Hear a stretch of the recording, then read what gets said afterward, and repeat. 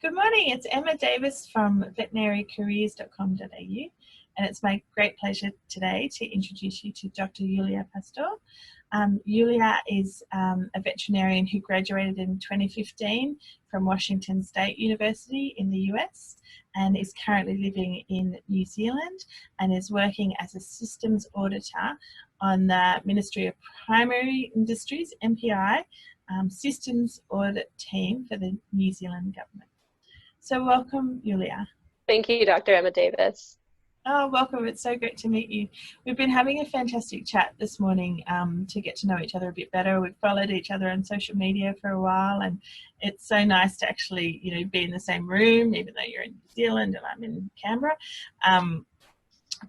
And to get to know you and your history. And it was great that you filled out some background information. I always ask my interview people, I'm going to interview questions, and it came up that your parents were Hungarian refugees. That's amazing. Would you like to share a bit about that? Yeah, happy to. It's quite a big story in my life. My parents illegally left Hungary in 1987 while Hungary was under the Iron Curtain. They claimed political asylum, but they left for personal reasons, unable to continue living in Hungary. And they went to Austria, and they were pulled over on the train by Russian personnel, and thankfully made it through. Then they had to go through checks in Austria and at the UN camp, and by all luck, they made it through. And I was born in the refugee camp, and a couple years later we were accepted on green cards to the United States. Oh, wow. That is a huge history. Thank you so much for sharing that. That was just giving me shivers. This is such a topical topic for us at the minute. We were having a chat about that before. And so if you've got a message around that, I mean, you're an esteemed colleague. Your parents have done such a brave thing and gotten you to where you are. So is there a message that you've got around and this history to share with us today? Like, if you could tell that government's one thing, what would you tell them? I guess, and surprisingly, I might be getting a little emotional, but same. We have to operate with kindness. There are laws, but at the end of the day, these are people who are crossing into our borders. In the case of my parents, my mom was 18 and my father 21. And they didn't know anything outside of Hungary because of the government that they were under. In fact, there weren't things like bank accounts. They had to wait in line to get soap or bread. So such a different life, and personal circumstances made it impossible for them to live in the country. And so they had no other choice. And I'm really grateful that they left, because I exist because of their choices. And not only did they have to go through the trouble of leaving the country, but then even being accepted legally now on green cards into the United States, they had to overcome, and we still have to overcome, the hatred that comes towards immigrants. When Trump was reelected, or not, oh gosh, when he was elected. No, don't say that. Let's yeah, when he was elected in 2016, not 2 months ago, where my parents approached in the grocery store when they were speaking Hungarian to each other over the grocery list, that someone told them to shut up, they need to go back to their country and leave the United States. Yeah. So these are two incredible people who are legally in the country. We're citizens, we're naturalized citizens in the US, and not that we need any credentials to be there, but they're doing an incredible job for their community, working for an organization that they created called Farmer Frog, that is feeding low and no income communities in Washington State. So compassion, our political leaders need to come with compassion. You're amazing. I can see why you're so amazing, because they sound just amazing. I'd seen that Farmer Frog on your bio maybe, and also on your Facebook, and I've been wondering about that. So thanks for sharing that. We'll do another interview about that later. We can, yeah. So as a vet, so you're a 2015 graduate from Washington State Uni. So let's talk about your veterinary career to date. And so you're a government vet. who's living in New Zealand, so international, and it's amazing to have you in New Zealand, where I kind of see that as a state of Australia. Sorry, New Zealand. Kiwis won't accept that. Kiwis don't like that. No, that's right. We need a bit of. We can be friends. We can be friends. Make them watch, and the US would say that of Australia as well, which would be totally offensive. So, what's your message that you've got to share with us today about veterinarians and your career so far? So we were talking a little bit about some of the issues in vet, and if you had a magic wand, what would be the things, one or two things that you would change in vet med? Well, there's so many topical things that affects veterinarians today. Two that are close to my heart are climate change and suicide, and they do work hand in hand in a bit. So I'd be more than happy to talk on both of those. No, please. Yeah, that sounds great. Yeah. So which one first? How do you keep them interacting? That's really interesting. Yeah. Yeah, I guess we can start with suicide, and that topic for me is especially important because I myself have struggled with depression in the past and was suicidal before veterinary school. So the stats are leaning against me. They say, I guess the mental health specialists say that if you've already been thinking of suicide or attempted, you are more likely to have an episode later. So it's something that is closer to my heart. But then I've also had colleagues that I've lost to suicide, and it just breaks my heart that they succumb to this disease, because it is, in my opinion, a disease. Some of it we can control, some of it we can't, some of it is outside influences, and some of it is inside. So of course it's a very complex problem. As far as how it affects veterinarians, in many countries, including New Zealand, Australia, and the US, our population of veterinarians are more highly susceptible to suicide than the general population. I think in the US, veterinarians have beaten dentists for suicide rates in the last year. And it's heartbreaking that in a profession where the majority of us know that we won't be making money, so it's not that we're coming into this profession to make money, we're coming here to help animals, some of the most vulnerable beings on this planet, and we want to be their voice. We want to be there to help them and heal them, and we're giving up. Or we're fatiguing. Yeah, it's really complicated, isn't it? I read a stat, there've been a bit of press this year, and they're saying in Australia, veterinarians are 4 times more likely on average to commit suicide than the population on average, and twice, I think, as much as doctors and dentists. And I think we thought they were the highest. And it's not something we want to own, but it's really fascinating that it's happened. And so how do you see it tying in with the environment and the climate change issue? Like, that's really interesting as well. Well, going back to suicide, I personally feel that there are a lot of factors that play into it, and part of it is our changing world. So the add-on of dealing with social media and the harassment that comes with that, or even just the stress of maintaining a business that can reach enough people so that you get the clients that you need, that's a whole added element. Then we have the increased debt, crippling in some countries, like in the United States. And the environment around us is changing. There's man-made climate change that is undeniable with the science that's out there. And according to the UN, we have maybe 10 years to make significant, drastic changes to our economic and social structures around the world to mitigate the catastrophes that are potentially coming our way that can result in societies crumbling. So it's not on the forefront, but if those changes don't happen in the next 10 years, then there's no veterinary profession. So as compassionate human beings, when we're not only dealing with the clients and the patients and our families making the practice work, but then we read these articles that are coming out, we see that our politicians are turning a blind eye or writing little carbon acts that allow you to trade carbon here and there, but doesn't actually address the problem. Yeah.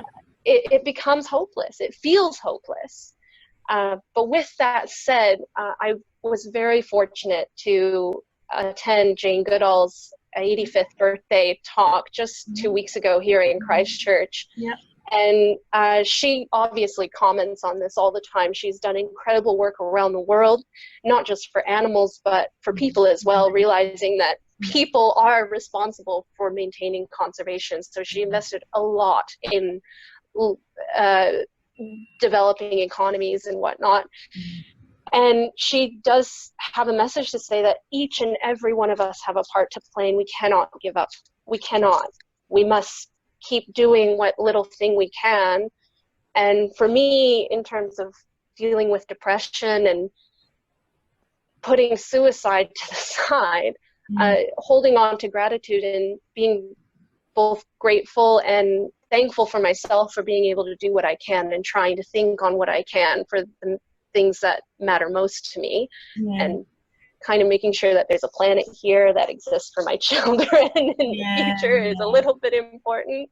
Such a powerful thing that you can do, isn't it? Just to actually, and I think that's what's driving my, doing these businesses, the veterinary careers business and my coaching businesses, is helping. Like, vets are such helpers, and if we can let that flow and actually find an output for that, like a way to let that out and to actually have this impact and influence that we've worked so hard to have and not feel that we can't influence, then it's really empowering and it's a great place. It's a lot of joy and happiness. Has that been your experience with that? I completely agree, and part of that is being willing to talk about the difficult things, being open to talk about what troubles us, but do it in a compassionate sort of way, trying not to get lost in the snowball of emotion, because there is good out there and we can make change happen, but we need to talk and we need to listen and we need to support each other.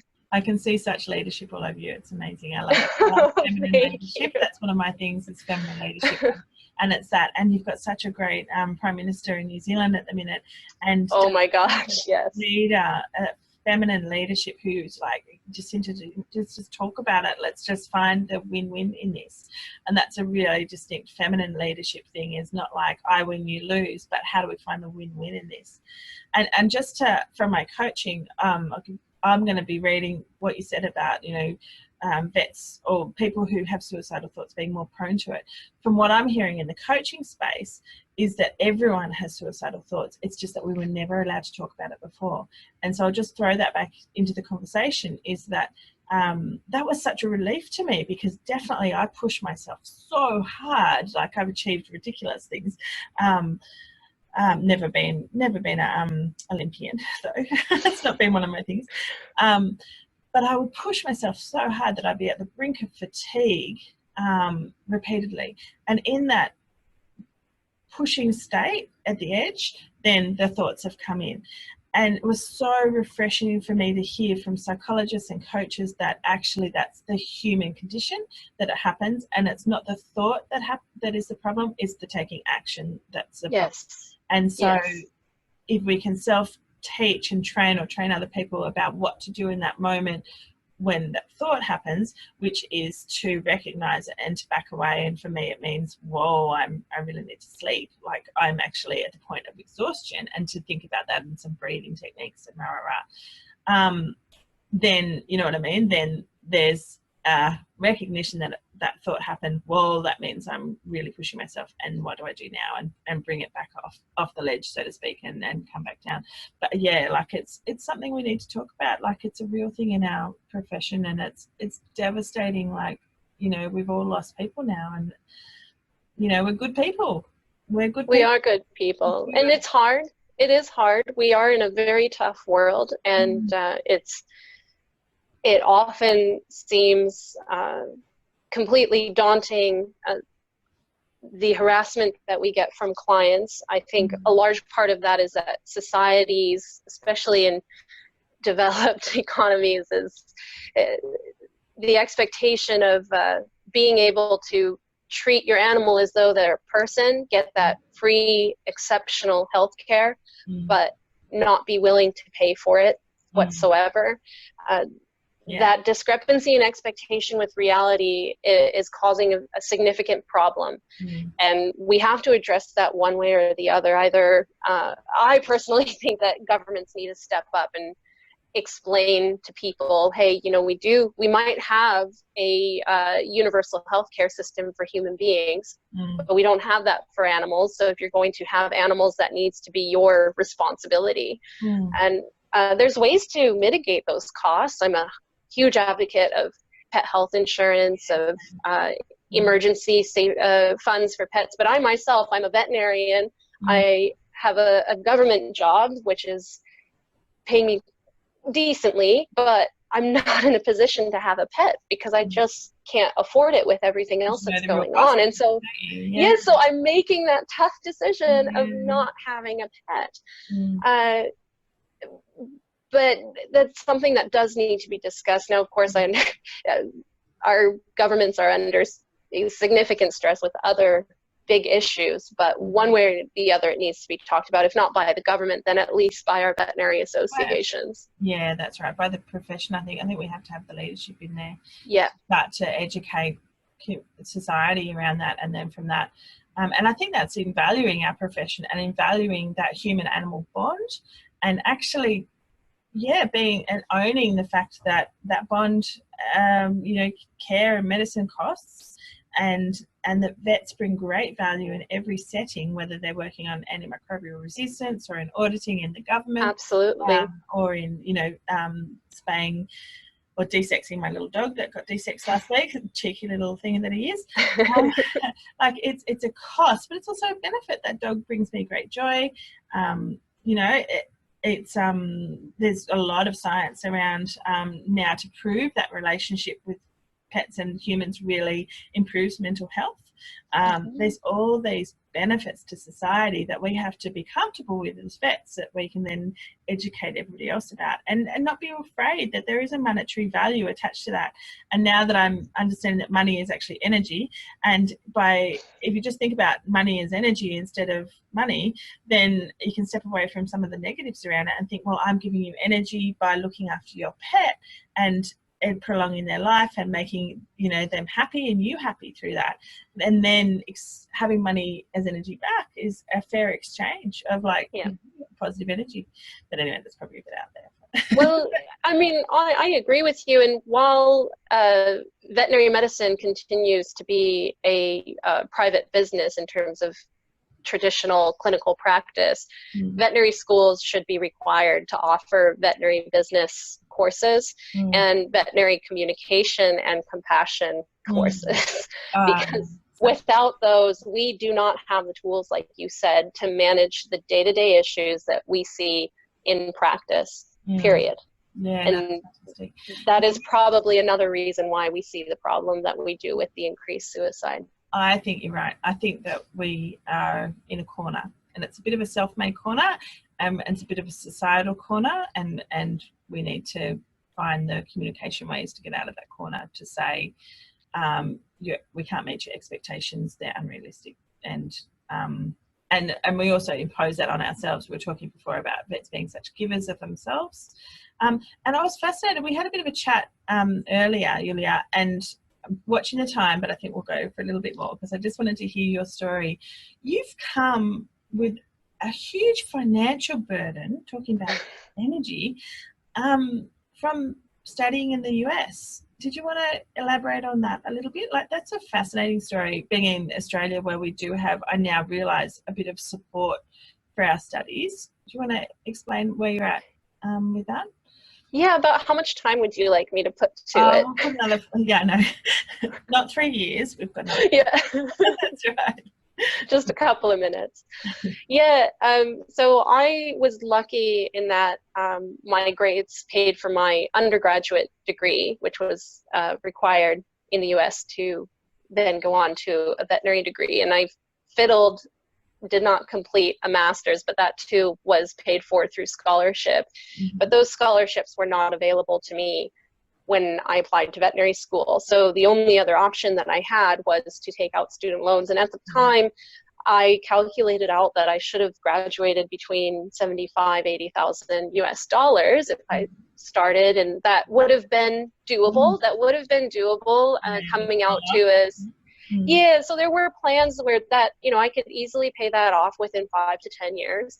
But then just as I was accepted into veterinary school, the US Congress voted to eliminate subsidized student loans for graduate and professional students. And subsidized loans means that interest doesn't accumulate while you're in school. So now anyone pursuing a PhD, master's, or professional degree like veterinary med, dentist, pharmacy, doctor, human doctor, all of them accumulated interest on their loans while they were in school as of 2012 or 11, excuse me. And so I was one of them. And on top of that, federal and state budgets were being cut. And so the state tuition went up every year, nearly doubled every year that I attended. And the cost of living also increased because part of the university's strategy for maintaining university costs was to increase recruitment. And so by bringing in more people into town with limited amount of housing, now the housing prices went up. So I ended up graduating with $175,000 that I borrowed. In US now, mind you, in US dollars. After 4 years. And on top of that, the interest did accumulate for a total of $190,000. And then to add salt to the wound, over the course of that time, the state and federal departments' student loan management systems changed many times, leaving me with 17 total loans that I was paying on. So I had to consolidate those into 3 separate loans, which ended up costing a bit. I think it pushed up my debt to $213,000, and now after 4 years, I'm at $253,000.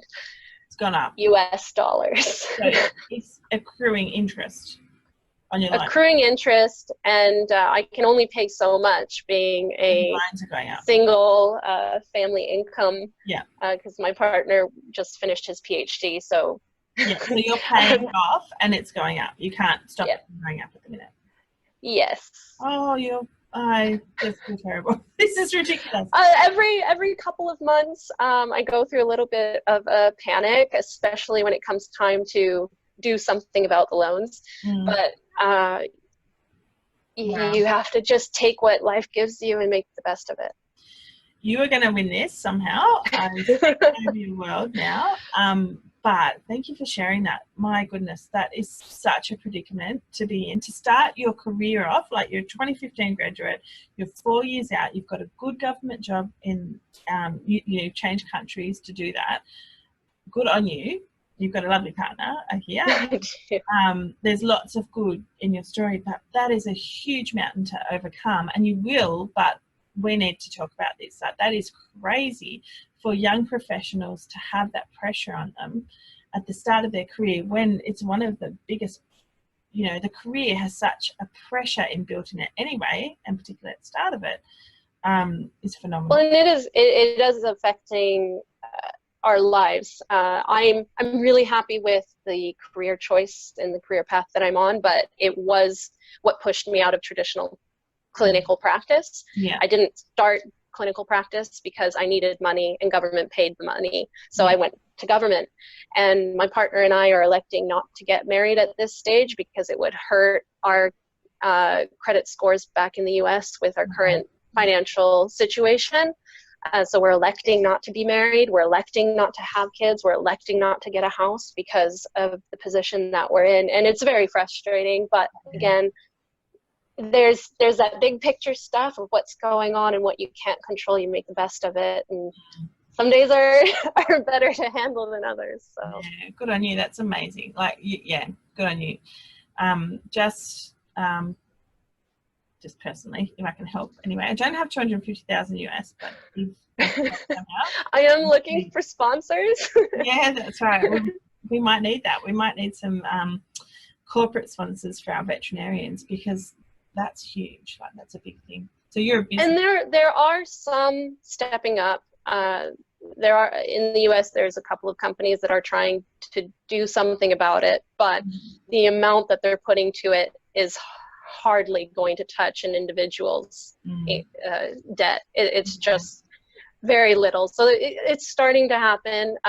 It's a topic that's, I'm going to speak on the US because that's where my loans are from, but student loans are being addressed in the Democratic presidential nominees, and I hope it continues being on the forefront, along with climate change and along with other things that are going on in US politics. But it's something that even here in New Zealand we need to address, because the cost of Massey University is going up. Students are coming out with more student loans, and in private practice they just aren't paying enough to allow these students to be debt-free. We have veterinarians who are just graduating, they're professionals, and they have to make the choice between living in a shack without heat or living with 4 other roommates. Yeah. That's not the life that we're going into. Yeah. We're grown adults. We should be able to stand on our own. We shouldn't have to rely. Adults. Yeah. That's the thing. We're educated, highly skilled, educated adults. Exactly. And people I'm coaching, when I hear these stories, I'm like, you cannot function at the highest level that you need to function at to be a veterinarian and to be on top of things and to face whatever comes in the door as a mixed practice veterinarian, if you don't sleep, if you don't have the basics needs met.